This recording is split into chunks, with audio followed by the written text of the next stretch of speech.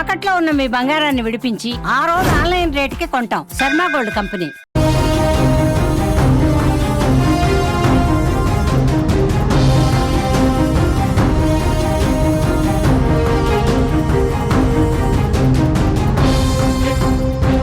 పహల్గాం ఉగ్రదాడి అనంతరం పాక్ పై భారత్ కఠిన చర్యలు తీసుకుంటోంది. దాయదిపై ఆంక్షలను విధిస్తోంది.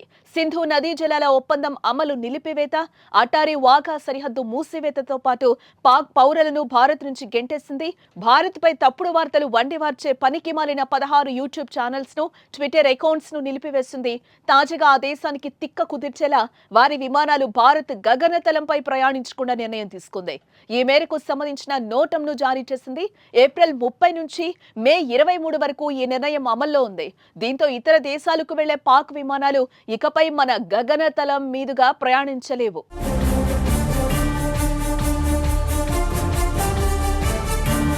దాయదికి బుద్ధి చెప్పేందుకు భారత్ సైతం కూడా గగనతలాన్ని మూసివేయడంతో ఆ దేశానికి ఇబ్బందులు తప్పవు.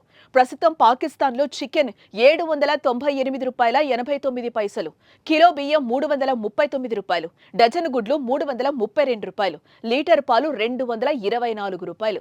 ఈ ధరలు చాలు పాకిస్తాన్ పరిస్థితి ప్రస్తుతం ఎలా ఉందో అర్థం చేసుకోవడానికి. ఆర్థిక సంక్షోభంతో ఆ దేశం ఇప్పటికే కొట్టుమిట్టాడుతోంది. ఆహార ధరలు భారీగా పెరిగాయి. ఇప్పటికే తీవ్రంగా కుదేలైన పాకిస్తాన్ ఆర్థిక వ్యవస్థతో భారత్ గగనతలం మూసివేయటం మరిన్ని కష్టాలను తెచ్చిపెట్టింది. ఆ దేశ విమానాలు కౌలాలంపూర్ సహా మలేషియాలోని ఇతర నగరాలు, సింగపూర్, థాయిలాండ్ వంటి ప్రాంతాలకు వెళ్లాలంటే ఇప్పుడు చైనా, శ్రీలంక గుండా దూర ప్రయాణం చేయాల్సి ఉంటుంది. దీంతో ప్రయాణ సమయం పెరగడమే కాదు, భారీగా ఆర్థిక భారం కూడా. ఇప్పటికే ఆర్థిక ఇబ్బందుల్లో కూరుకుపోయిన పాక్ ఎయిర్లైన్లకు ఇది మరింత భారం. ఖర్చు తడిసి మోపుడవుతోంది.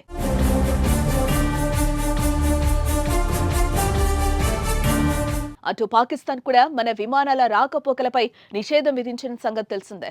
భారత్ ఆంక్షల అనంతరం పాక్ ఈ నిర్ణయం తీసుకుంది. అయితే అది కూడా పాక్ తీవ్ర నష్టమే. వారానికి సగటున 800 అంతర్జాతీయ విమానాలు పాక్ గగనతలం మీదుగా వెళ్తున్నాయి. ఈ మార్గం వాడిన ప్రతి విమానానికి పాక్ ఓవర్ ఫ్లైట్ ఫీజు వసూలు చేస్తోంది. దాదాపు రోజుకి $1.2 లక్షల ఆదాయం వస్తోంది. ఇప్పుడు ఆ మొత్తం పూర్తిగా కోల్పోయే పరిస్థితి వచ్చింది. ఈ నిర్ణయం వల్ల నష్టపోయేది భారత్ కంటే పాక్ గానే ఉన్నట్లుగా తెలుస్తోంది. 2019లో పుల్వామా ఉగ్రదాడి అనంతరం పరిణామాల నేపథ్యంలో దాదాపు 5 నెలల పాటు పాక్ తమ గగనతలంలో భారత విమానాలపై ఆంక్షలు విధించింది. దీంతో అప్పట్లో ఆ దేశం $100 మిలియన్ పైగా నష్టపోయినట్టు సమాచారం. ఇలా భారత్ జోలికొచ్చి అన్ని విధాలుగా పాక్ నష్టాన్ని చవి చూస్తోంది.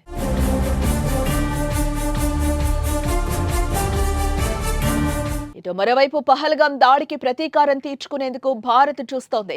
సీమాంతర ఉగ్రవాదాన్ని పెంచి పోషిస్తున్న పాకిస్తాన్ పై ఆంక్షలు విధించడమే కాదు, మరింత గట్టిగా బుద్ధి చెప్పేందుకు సర్వం సిద్ధం చేస్తోంది.